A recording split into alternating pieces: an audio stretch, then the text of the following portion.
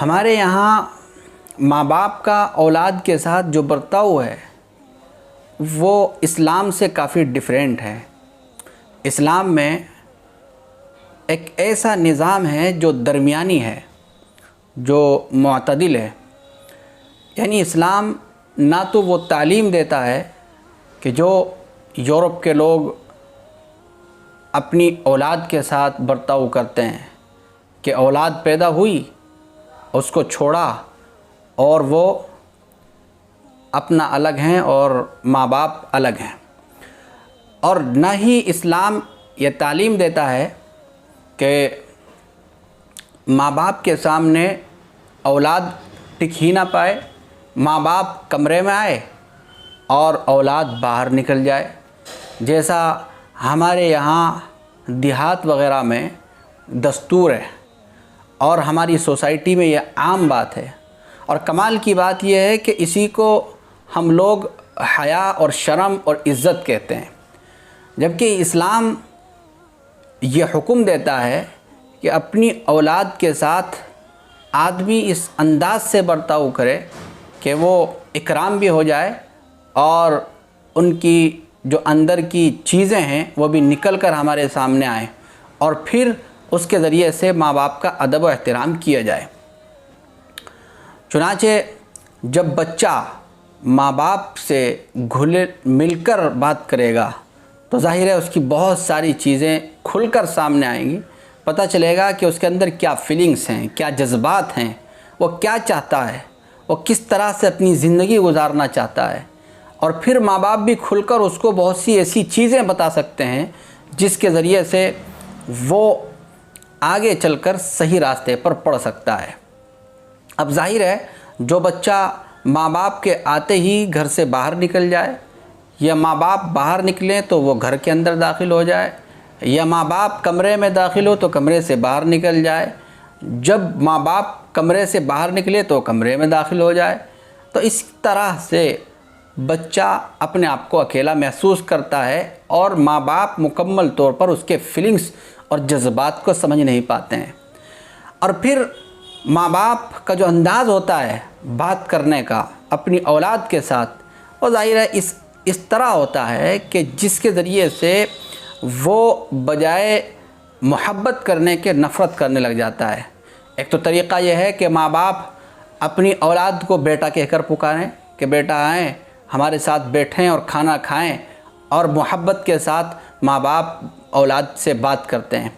और दूसरा तरीक़ा यह है कि जो हमारे यहाँ चलता है देहात वग़ैरह में और या फिर हमारी सोसाइटी में, यहाँ हमने सहारनपुर में भी देखा है कि बच्चों को बुलाते हैं और उनका अंदाज़ ये होता है कि इधर आओ या इधर आ या फिर यहाँ आ, मैं ये कह रहा था तूने ये किया। तो इस तरह की जो चीज़ें, जो उनका अंदाज़ है, वो बच्चों को बजाय मोहब्बत के नफ़रत में तब्दील करते हैं। अगर माँ बाप बच्चे के साथ मोहब्बत से पेश आते हैं और बुलंद आवाज़ से नहीं बल्कि पस्त आवाज़ से उनके साथ बात करते हैं तो बच्चे के ऊपर वैसा ही असर पड़ता है।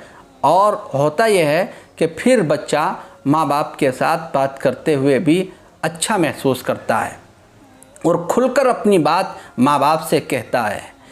चुनांचे हमारे यहाँ जिस तरह का रवैया माँ बाप बच्चों के साथ करते हैं वो कहीं पर भी पसंद नहीं किया जाता।